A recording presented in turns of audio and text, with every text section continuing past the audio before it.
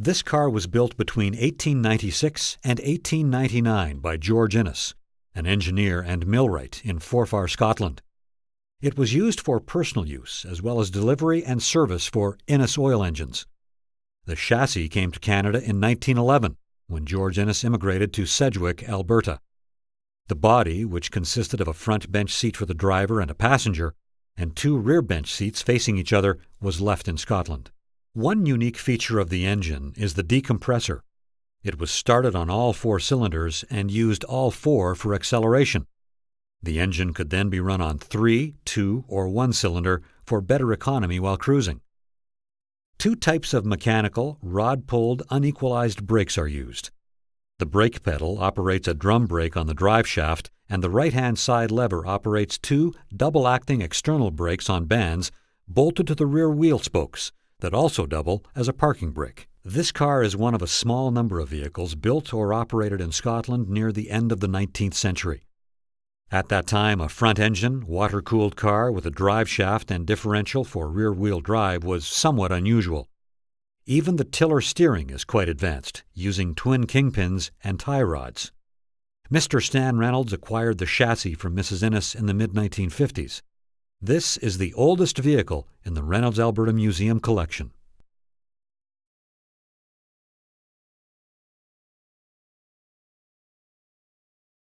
Perhaps the most famous of the many steam carriage builders around the turn of the 19th century was Stanley. Twin brothers, Freeland and Francis Stanley, built a steamer in 1897. In 1898, they built 3 cars, and their great performance at a field meet resulted in 200 orders. Their success inspired many copies, which makes identifying this car almost impossible. Stanley filled 100 of these orders before being approached by publisher John Walker in 1899 with an offer they could not refuse. And so, Stanley sold to Walker and his partner. Walker's partner soon left and began building the Stanley as the Mobile and Locomobile cars. The museum's research suggests that this car is one of the 100 built by Stanley before they sold to Walker. The rearview mirror was used to check the water level in the boiler, not to monitor other traffic. Transmissions are not required for reverse on steamers because the steam engine runs in both forward and reverse direction.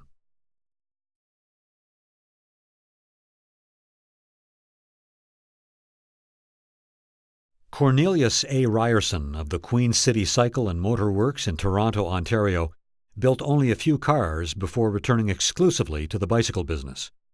This Queen was discovered in pieces in Toronto in 1948 by J. Gordon Eddington and Garnis Wilson, restoration specialists of the Museum of Science and Industry, Chicago. They didn't know what it was, but they recognized it as something special. Parts were scattered all over the neighborhood. The car body was hanging on a shed wall, and the original leather seat was being used as a sofa. After a lot of detective work, they took the parts they found back to the U.S., where the car was restored and displayed before coming home to Canada in 1974. The throttle was fixed wide open to help avoid stalling. The engine speed could be controlled only by the spark. The vehicle's speed was controlled by a combination of spark and the 3-speed transmission. It's been said that passengers were sometimes tossed right out of the car by a less than smooth shifting of gears.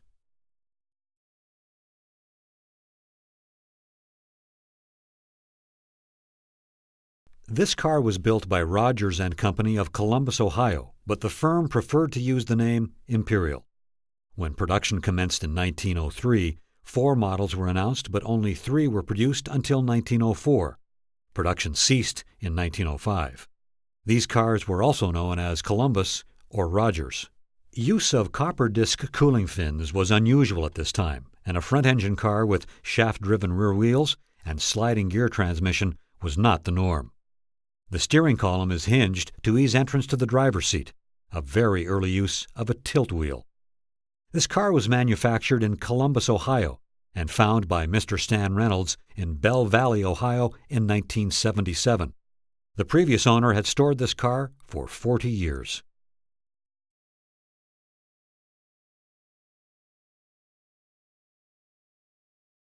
brothers Frank and Charles Fuller ran the Fuller Brothers Manufacturing Company, producing washboards and other wood products in Kalamazoo, Michigan.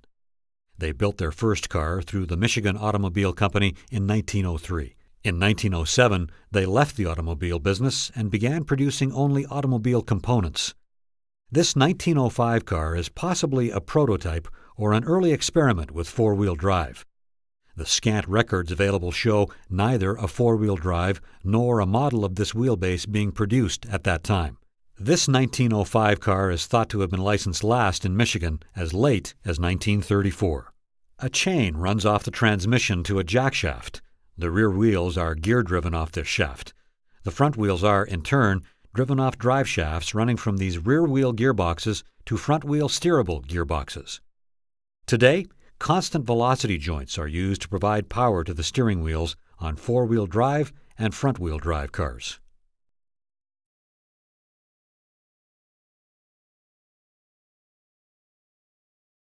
This was the third of three horseless carriages built by William L. Walton of Nesh, North Dakota in 1902. He used a conventional open piano body buggy with steerable wheels with side springs and a power plant added. The performance was apparently satisfactory, and the buggy could reportedly reach 15 miles per hour. As far as is known, the Walton was never commercially produced. When the prototype was first driven in Nesh, the Nesh chronotype reported the noise it made was not unlike the bombardment of Port Arthur. Walton is thought to have used the same engine on all three of his horseless carriages.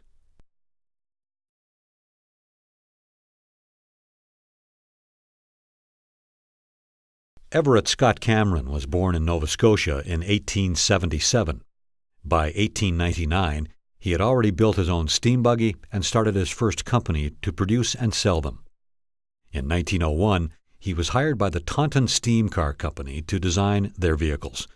For the next 5 years, Cameron's vehicles were manufactured by the James Brown Machine Company of Pawtucket, Rhode Island. This 1906 Cameron runabout, however, was built by the Cameron Car Company of Brockton, Massachusetts. By 1924, the Cameron Car Company could no longer compete with the big American automakers. It stopped producing cars to concentrate on engine innovations and their application in aircraft and airboats. This car featured a new design in which the transmission was combined with the differential in one single unit, located at the rear axle instead of behind the engine. Cameron was also awarded a 17-year patent on August 13, 1906 for a transmission innovation.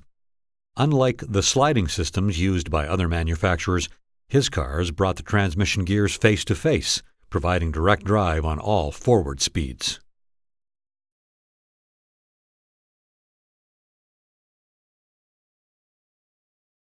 The Smithsonian Institute considers John W. Lambert's 1891 three-wheeler to be the first successful internal combustion engine vehicle built in North America. Lambert's first car is dated based on a photograph taken of his car being driven past a building under construction in 1891. Lambert is also considered the father of the friction drive transmission. This car is one of two special editions he built in 1907 for his son Ray and daughter May. The first internal combustion-powered automobile in the world was built by Carl Benz in 1885 in Germany. On January 29, 1886, he received the first patent for a gasoline-fueled car. Both Lambert's and Benz first cars were three-wheelers. Lambert Incorporated still exists in Ohio, producing auto parts and machine tools.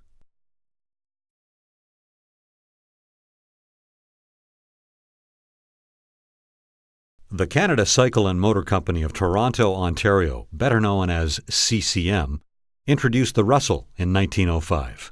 This 1908 Model G is a similar car to the 1905 model, having the same wheelbase and engine. Russell sold well in Canada, becoming Canada's prestige car, but it never caught on in the United States, and the company failed in 1915. A former owner was known for saving antiques such as this from wartime scrap drives. The slogan painted on the car, "I'll be back in a bomb to visit Hitler," indicates that this car was destined for scrap. Note the unusual pattern of rot and deterioration on the back of the car. During World War II, The law stated that any vehicle sitting on all four wheels and not operational had to be scrapped. A former owner saved his cars by standing them on end, thereby meeting the letter of the law.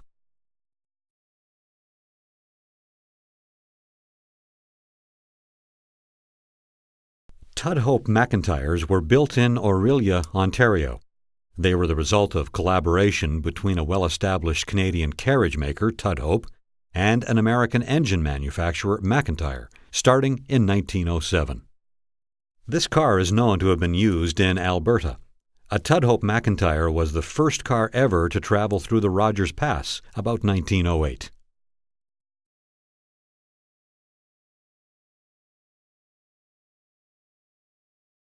Charles H. Metz started Waltham Manufacturing in 1893 to produce Orient bicycles. In 1898, he began planning to produce automobiles. Two investors were secured to cover the necessary expansion. These investors thought their large investments allowed them a say in which direction the company should proceed. C. H. Metz did not agree and left in December 1901 to become editor of the Automobile Trade Journal. He built motorcycles as well. In the summer of 1908, he bought back Waltham Manufacturing with its large debt and an even larger inventory of parts. To liquidate this parts surplus, the Metz Plan was introduced. Parts were offered in $25 packages. 14 packages made one car. The idea was an immediate hit, and by summer 1909, all of Waltham's debt was paid. Metz cars were also offered factory-assembled. In 1915, Metz produced 7,200 cars, their best year ever. Production was suspended in 1918 because of World War I. In 1919, Metz returned with a new car, a six-cylinder, 45-horsepower Master 6 with a geared transmission and shaft drive. Metz never fully recovered from World War I, and in 1921 the name was changed to Waltham, but by 1922 the company was bankrupt.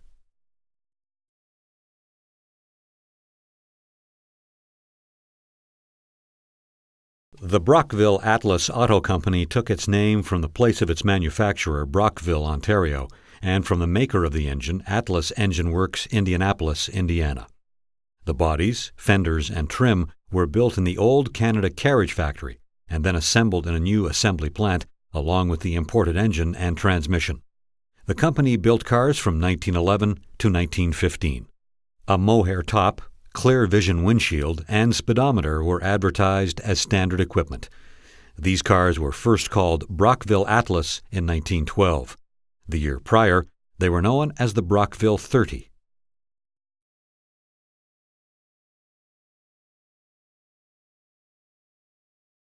The 1912 Cadillac Roadster was essentially a continuation of the Model 30, introduced in 1908, but with the wheelbase extended to 116 inches and the horsepower increased to 40. The outstanding feature of the 1912 Cadillac was the introduction, as standard equipment, of the Delco electric starting lighting ignition system. The car was advertised as the car that has no crank, and the Royal Automobile Club of Great Britain awarded Cadillac its second Dewar Trophy for this innovation. This car was built in Detroit, Michigan. An Alberta dealer at that time was Medicine Hat Garage, which advertised a 1912 Cadillac for $2,750 on February 29, 1912. An agent of Stan Reynolds Auto Sales purchased this car in March 1952 from Kingsway Car Market in Edmonton, Alberta. A 1927 Alberta license plate number 89 was in the trunk.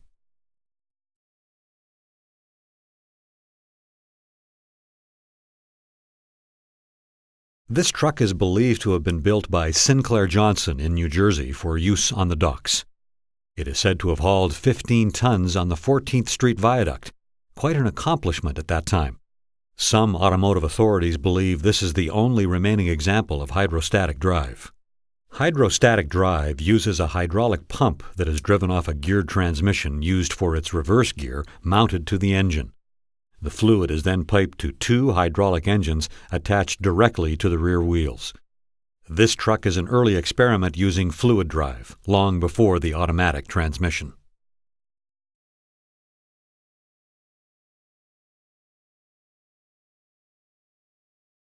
The Chevrolet Motor Company was named for Swiss racing driver Louis Chevrolet, who partnered with William Durant building cars that were comparable to Cadillacs of the time. Durant was the business mind and wanted a low-price car, while Chevrolet wanted to keep an upscale car. When they parted ways, Durant kept the name and joined General Motors. This car has serial number 93 and is the oldest known factory production Chevrolet. The Sloan Museum in Flint, Michigan has serial number 323, which was the oldest known Chevrolet prior to the conformation of this vehicle. This model is the only production model Chevrolet never to wear the famous bow tie emblem. The 299 cubic inch displacement engine was the largest offered by Chevrolet until 1958. The 120-inch wheelbase is the longest passenger car wheelbase ever offered by Chevrolet. This car used a compressed air starter fed by an air tank charged by a compressor run off the drive shaft. The car had to be driven to recharge the starter, not merely left running. This car has a long history in Edmonton, Alberta, although it is not known if it was purchased new or brought in used.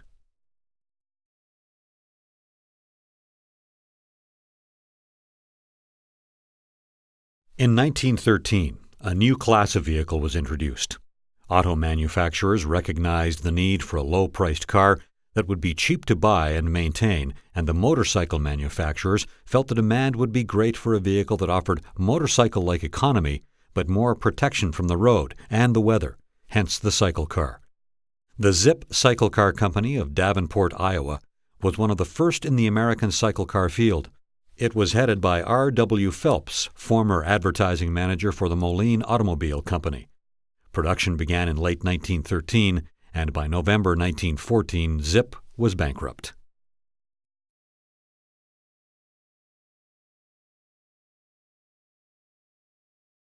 Styled in France, Briscoe was advertised as the first French car at an American price. The three-passenger roadster was called Cloverleaf for the seating arrangement. When viewed from above, the rear seat is central to the two front seats, appearing like a cloverleaf. The Canadian Briscoe Motor Company Limited, with its head office in Toronto, Ontario, had a factory in Brockville and Western agents in Vancouver, Saskatoon, Melfort, and a dealer, J.R.N. Cook & Company, in Edmonton, Alberta. The single Cyclops headlight might have been a marvelous identifying feature had it not been illegal in many American states. The lightweight, compressed papier-mâché body, combined with a powerful long-stroke engine, gave excellent performance. Benjamin Briscoe was one of the original pioneers of composite construction automobiles.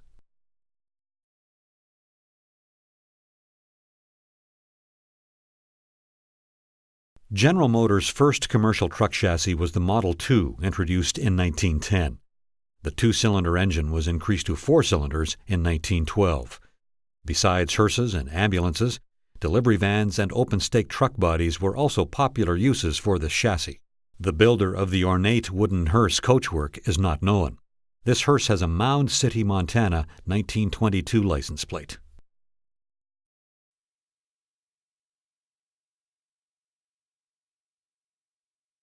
The LPC Motor Company was formed in 1913 by William M. Lewis, René M. Petard, and Jason M. Cram, all formerly of the Mitchell-Lewis Company, builder of the Mitchell car. French engineer René M. Petard was responsible for America's first long-stroke engine in 1914, but left the firm to join the French Army Corps of Engineers in World War I. He was wounded and never returned to the company. In 1916, the Lewis Company found that it could no longer continue without his expertise and voluntarily closed. In 1916, a servo-operated gear shift known as the magnetic gear shift was offered as a $150 option.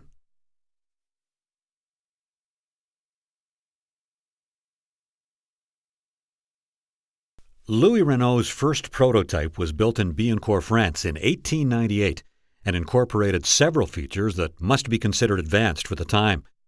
In addition to using a drive shaft and differential, the prototype had 3 speeds plus reverse and used a steering wheel instead of a tiller. Direct top gear was a feature of this prototype patented by Renault that became an industry standard. Renaults are sold worldwide today and are assembled or manufactured in 30 countries. In 1926, a Renault became the first car to average more than 100 miles per hour over a 24-hour period. Renault first used four-wheel hydraulic brakes in 1922. This Renault is the oldest foreign automobile in the museum's collection.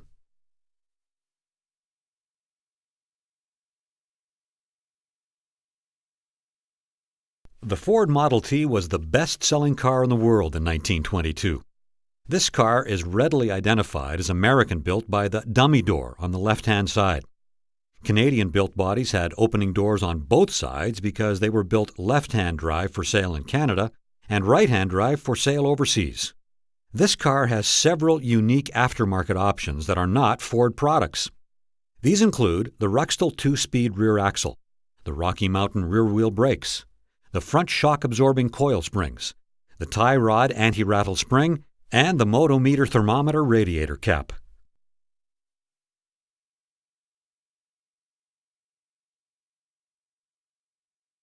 Successful carriage makers Robert and William Gray of Chatham, Ontario, reached an agreement in 1915 with the Dort Motor Car Company of Flint, Michigan, to manufacture their cars in Canada. They were to be called Gray Dorts. Initially, they merely assembled cars with parts made in the U.S., but soon the Canadian content had increased to 60%. The Gray Dort was much more popular in Canada than the Dort was in the United States. J.D. Dort liquidated his Flint plant in 1923. Left without Dort's engineering and mechanical support, Gray Dort went out of production in 1924 and fell into receivership in 1925. This car is the only known survivor of this model.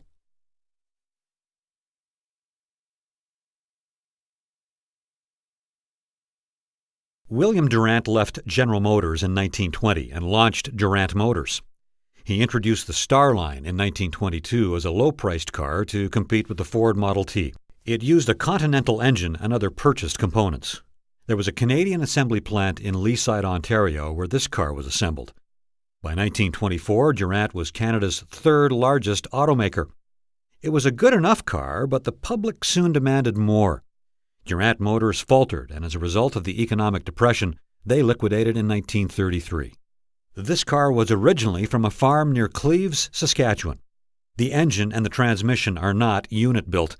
The clutch is mounted to the engine flywheel, and then a drive shaft joins this to the 3-speed transmission at the rear of the car.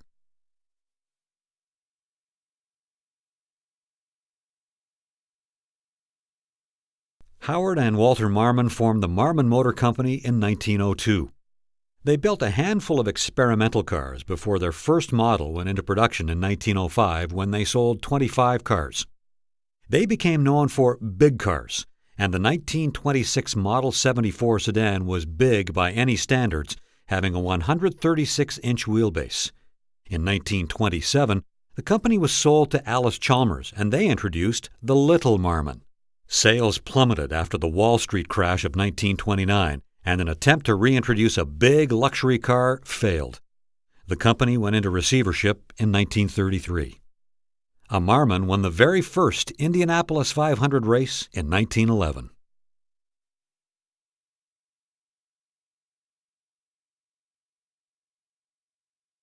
When well-established Canadian carriage maker McLaughlin Carriage Company of Oshawa, Ontario started building cars, they used Buick engines and running gear. The cars were distinctly Canadian and known as McLaughlins. They did not become known as McLaughlin Buicks until 1923. They had a reputation as a high-quality car and fancier than an American Buick. As the years passed, the two makes of cars became more alike, and after 1942, the McLaughlin name was dropped entirely. This Country Club Roadster was built for export and sold in England. The nameplate on the dash reads, "The Royal Forest Garage, Automobile Engineers, Chingford." Of the 12,334 cars McLaughlin Buick produced in total in 1926, only 84 of this model were produced for overseas sales.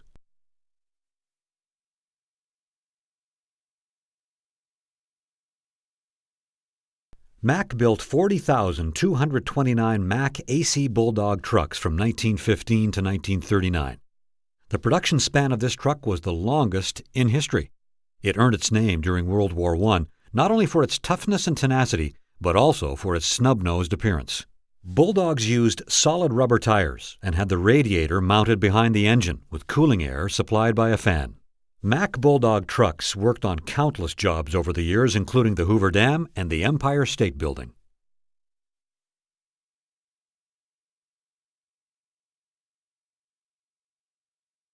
Henry M. Leyland, the man who began and ran Cadillac before General Motors, was also the man who started Lincoln in 1920. The first 2 years were difficult, and in 1922, Henry Ford bought out Lincoln and turned it over to his son Edsel to be operated as Ford Motor Company's luxury car division. Contrary to Leyland's fears, quality was not compromised. It improved, and Lincoln's sales rose. 1926 was Lincoln's best year for sales to date.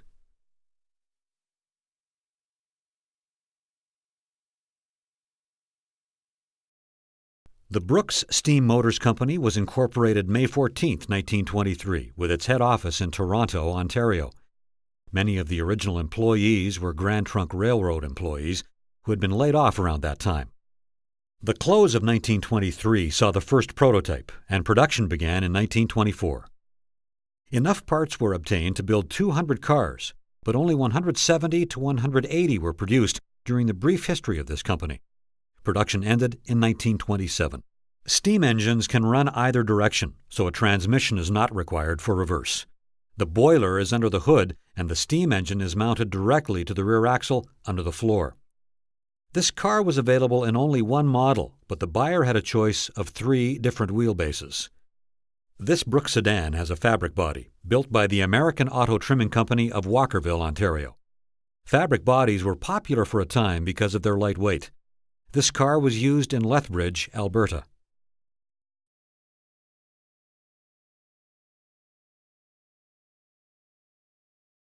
Cadillac is known for its quality vehicles, which it began producing in 1903. This 1928 is no exception. Nicely appointed, with a powerful V8 engine, the 1928 sedan would typically have been found in garages of more well-to-do people. Cadillacs were priced from $3,295 US to as high as $6,200 US for the standard line of vehicles. Customizing would have added to the base prices. This 1928 Cadillac has been customized for use by the Canadian Pacific Railway. Likely, this particular car was used originally for special tours in Banff National Park. Later, it may have been used by track inspection crews on any portion of rail where it was needed. The modifications include a pilot or cow catcher, bell, railway lamps, and railway wheels. There is a special crossmember installed in the center of the car to allow the rail crew to jack it up and turn it around when needed.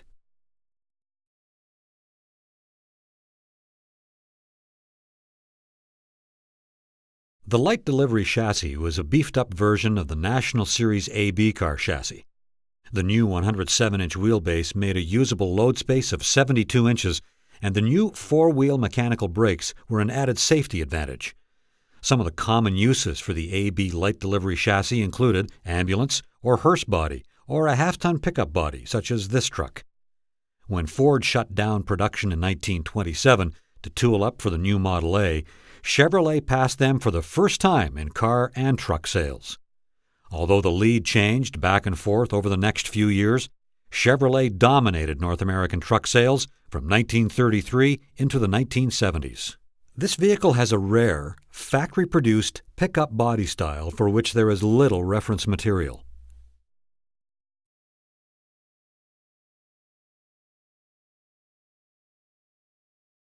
In 1932, the big news at Ford was the introduction of their low-priced V8.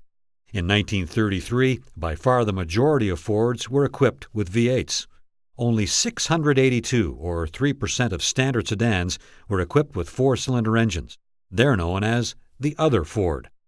The Model 40 had new streamlined styling for 1933 and a longer 112-inch wheelbase. This car was last licensed in Saskatchewan in 1967.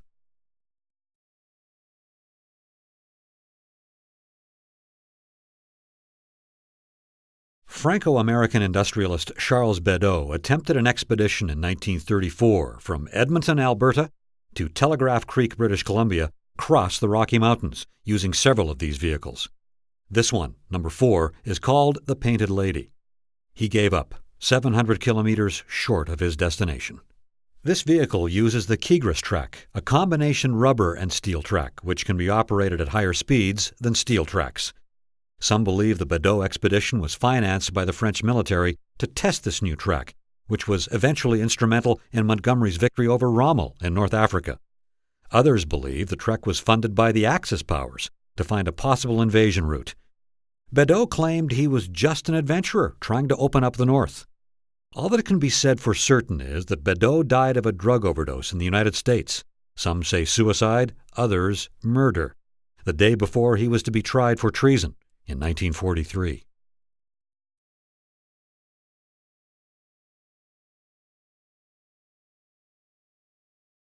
In 1934, Chrysler introduced the pioneering Airflow, which ranks as one of the most significant designs in U.S. automotive history. The Airflow introduced streamlined styling and the basic shape of the automobile as we know it today. In body construction, engine placement, ride quality, and several other areas, it marked a complete break with existing design conventions. Cars of the time still used wood in the bodies and frames, while Airflow's all-steel construction and unit body design signaled the beginning of a new era.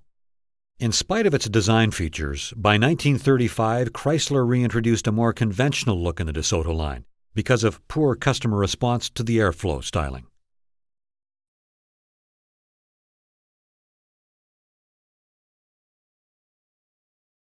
This car came to Canada in the early 1960s from Buffalo, New York. It was restored and displayed at the Classic Car Museum in Victoria, British Columbia. In 1990, it was sold to a gentleman from Edmonton, Alberta, who displayed it at the R&M Collector Car Museum in West Edmonton Mall. It was donated to the Reynolds Alberta Museum in 1995. 1940 was the last year General Motors offered LaSalle. In 1941, it was replaced with the Series 61 Cadillac. The Style 5229 Series 52 Special Convertible Sedan was the most expensive model in the 1940 LaSalle lineup. Only 75 of this model were produced, making it the rarest of all 1940 LaSalles.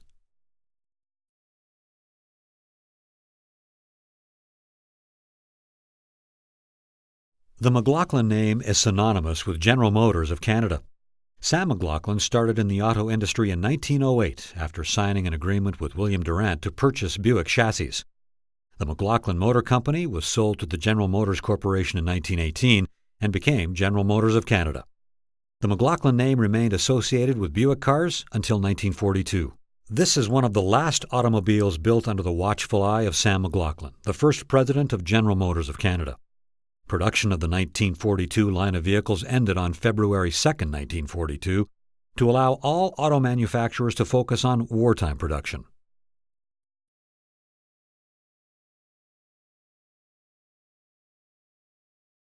The Mercury marque was founded in 1939 to fill the gap between entry-level Fords and luxury Lincolns. In 1949, they combined with Lincoln to form the Lincoln Mercury division. In 1958, Edsel was added to this division until its demise in 1960. Mercury used its own designs and mechanical components until the late 1970s, when they became essentially a dressed-up Ford. Mercuries have been sold in the U.S., Mexico, and Canada. In 1999, Ford discontinued the Mercury name in Mexico and Canada, but still offers Mercury in the U.S. This vehicle was manufactured in Canada.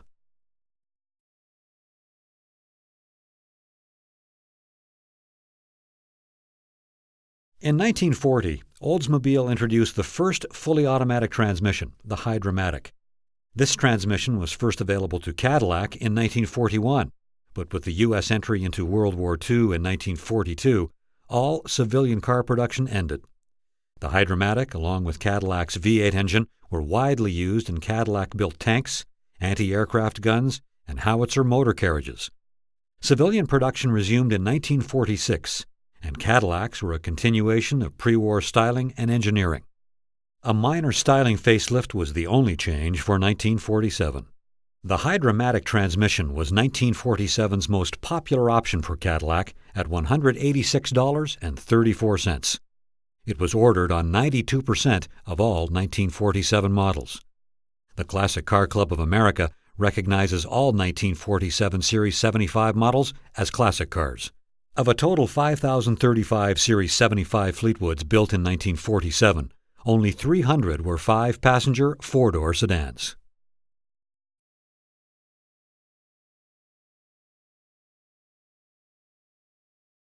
Ford introduced its first truck in 1905 and continues to offer pickups today. This truck is of the pre-World War II style with only a minor facelift. Ford wasted little time converting its assembly lines to civilian production after World War II because of pent-up consumer demand. This truck is an Alberta Government Telephones or AGT installer's truck from Lethbridge in southern Alberta. It was driven in the 1979 Lethbridge Whoop-Up Parade by the same man who had this truck assigned to him as an AGT employee in 1947. It still wears its original AGT livery.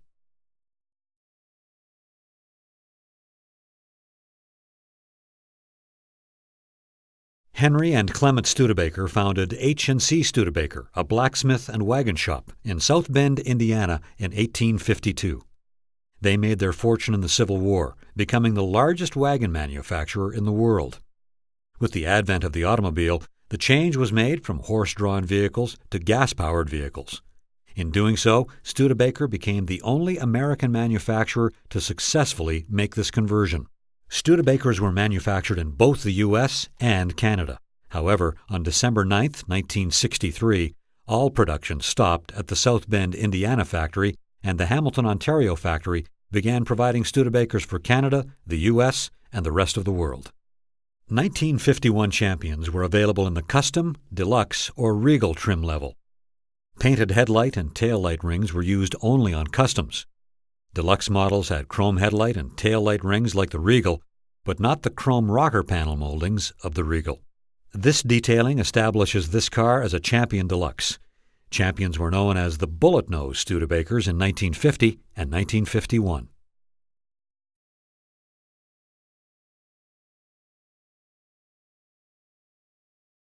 The concept for a transporter came from flatbed vehicles used within the Volkswagen plant that were built on the Type 1 Beetle platform.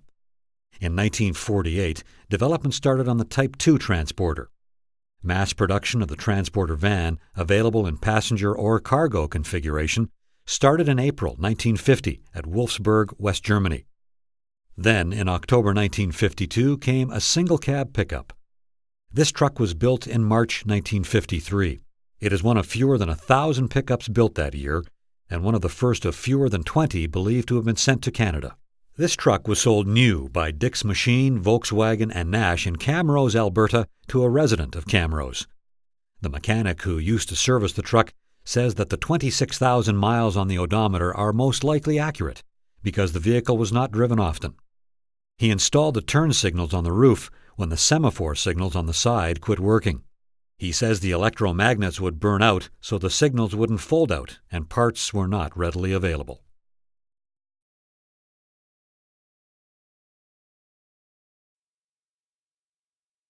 This car was purchased and used in St. Catharines, Ontario by a man who later moved to Calgary, Alberta, and joined the Calgary Vintage Racing Club.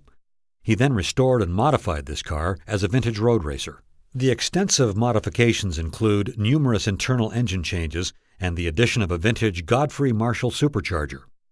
The suspension has been lowered 2 inches, 4-wheel disc brakes have been installed, and the battery has been moved to the rear for better weight distribution. The original interior and convertible top have been removed, and new custom racing seats and a steel roll cage have been added. The original one-piece windshield was replaced with 2 Brooklands windscreens.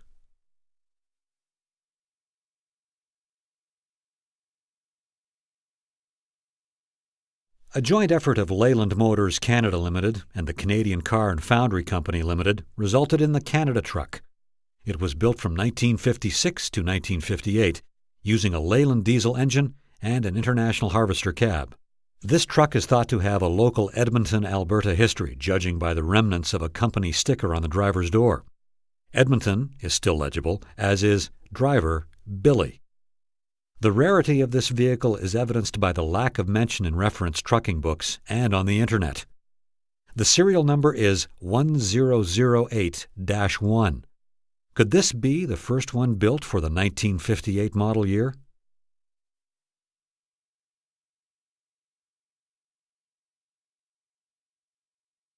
Automotive engineer Carl F. Borgward began manufacturing auto parts in Bremen, Germany in the early 1920s.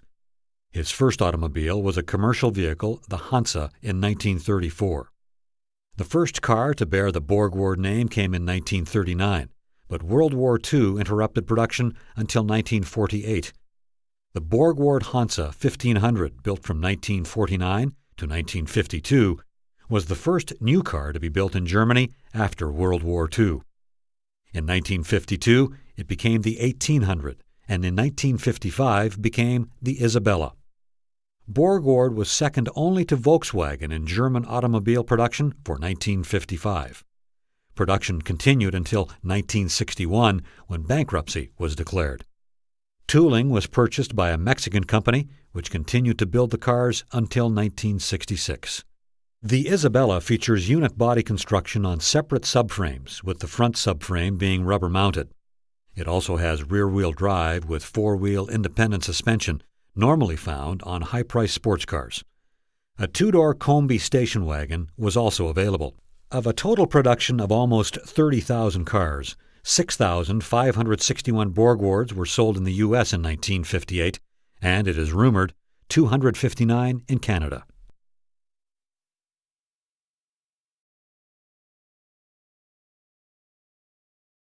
In 1958, the Ford Motor Company introduced a new line of medium-priced cars to halt the sales it was losing to costlier marques offered by General Motors.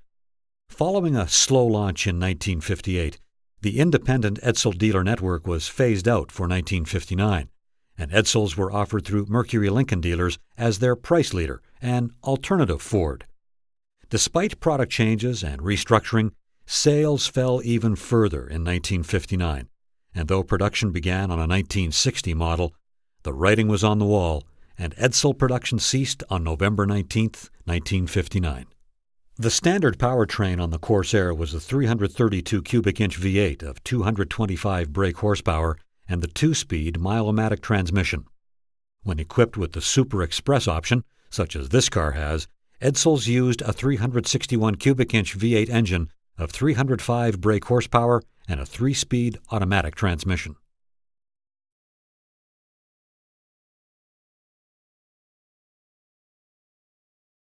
Though Volvo produced its first car in 1928, it did not come to America until 1956 with the PV444. Although its styling was considered dated by some, it gained the reputation of a well-built, economical car. By 1961, it had evolved to the PV544. And Ken Purdy claims in his book, The Wonderful World of the Automobile, that Volvo is probably the fastest of all the small cars, among the most rugged, and it can honestly claim the most efficient passenger car engine made. It produces more power per cubic inch than any American-built engine. For 1962, the 6-volt electrical system was changed to 12-volt, and the larger optional engine was made standard equipment. The body style of this Volvo bears a striking resemblance to the 1946 Mercury Series 118 Tudor sedan, also in the museum's collection.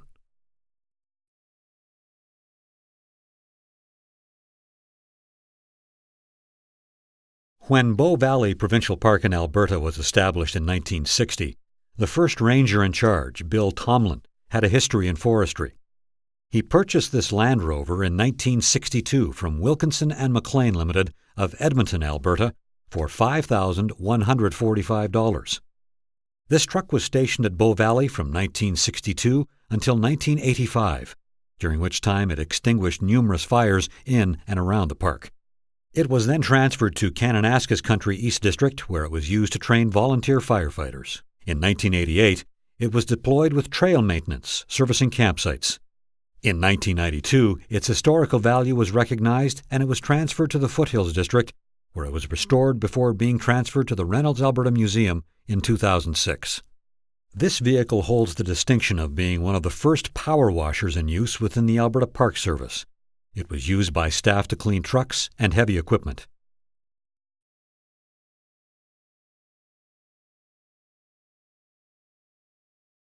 Nash started the compact car segment when it introduced the Rambler in 1950.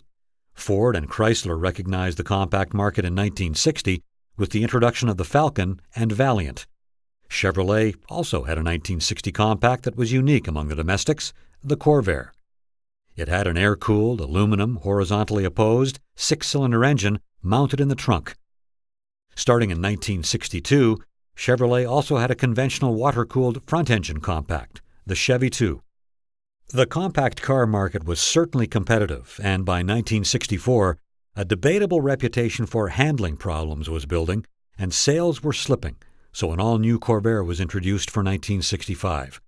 However, the stylish Ford Mustang was introduced in April 1964 and quickly took over this new market. Many of the handling issues claimed in Ralph Nader's book Unsafe at Any Speed were dealt with in the restyled 1965 model, but the damage had been done. Bad publicity and the new Ford Mustang effectively finished the Corvair.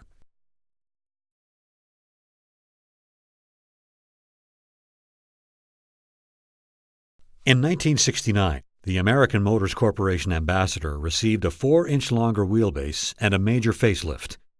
A new front-end treatment featured horizontal quad headlamps and a new oblong grille. The SST model was the top trim level and was also the most popular, with almost 19,000 being sold. It was more expensive than their Javelin muscle car. This car was a well-optioned vehicle for 1969, with the high-performance 343 4-barrel carburetor engine, air conditioning, adjust-a-tilt steering wheel, radio with rear speakers, and luxury velour interior.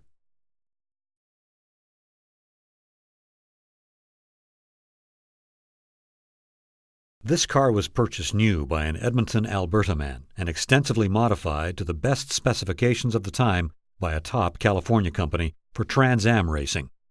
In the mid-1970s, it won Best in the West, finishing first in Edmonton and third in Toronto, Ontario. In 1971, the Datsun 240Z won Car and Driver's Car of the Year.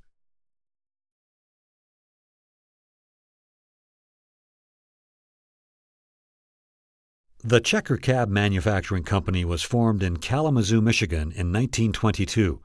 It would later become the Checker Motors Corporation. The Checker automobile was a byproduct of the Checker Cab, one of the most prolific and prominent of all taxicabs produced in the United States.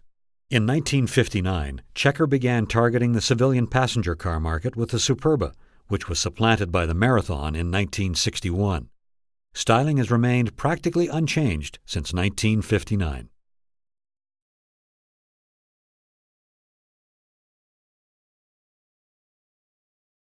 This car was donated by the Ford Motor Company to the University of Alberta, Department of Mechanical Engineering, to be modified for competition in the 1993 Hybrid Electric Vehicle Challenge. More than 3,000 North American universities applied to compete, and 30 were chosen as finalists.